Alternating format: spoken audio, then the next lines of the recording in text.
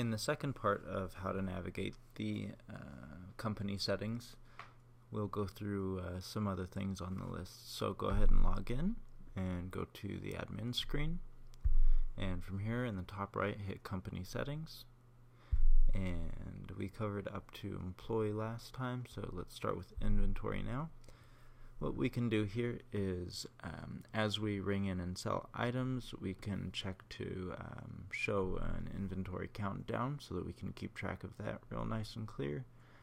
We can also select to refund inventory when we have a refund that comes in.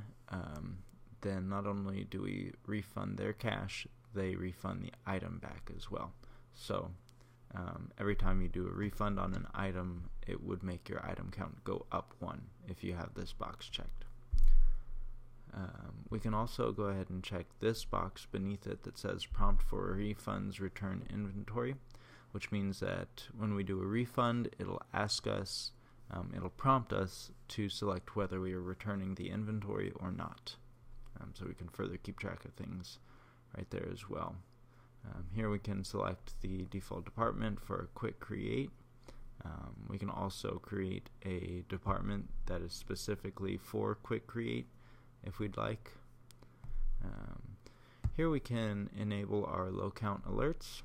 So if we set a 2 par on an item and we go below 2, say we have 1 left in stock, then it will give us an alert every time that item is rung in saying that we are below the low count on that item.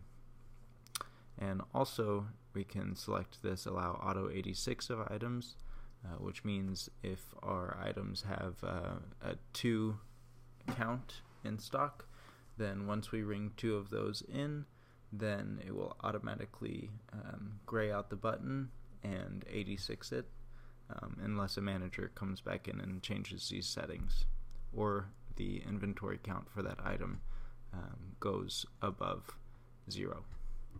And we'll just want to be sure to hit save if we're finished with all of this here. And next, moving right along, we have the ticket tab. So there's a lot of things in here. We'll just go ahead and go through the list here. So at the very top we have calculate tips before discount. So if an item has a discount on it and you put a grat on it, or you have these percentages down at the bottom here, then it'll calculate the tip before the discount, which would result in a larger gratuity or percentage. Beneath that we can select to print a barcode on a receipt.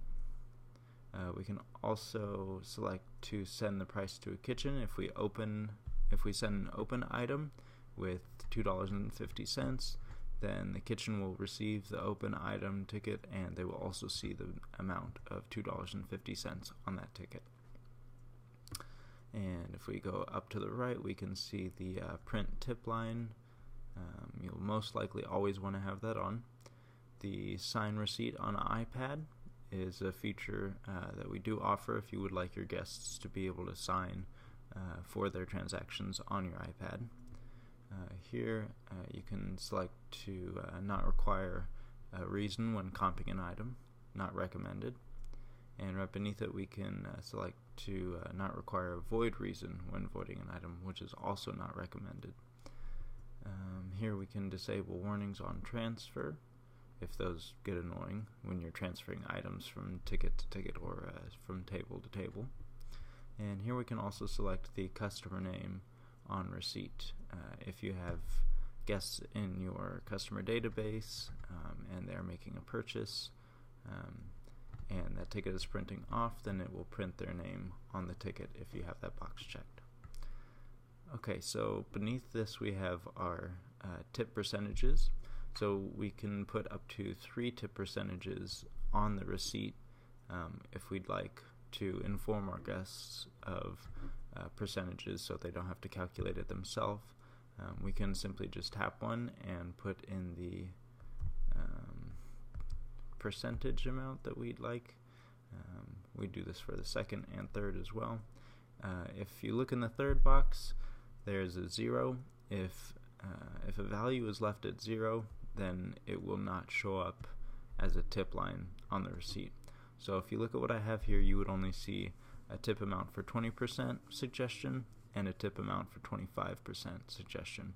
And the third tip box would not show up on the receipt.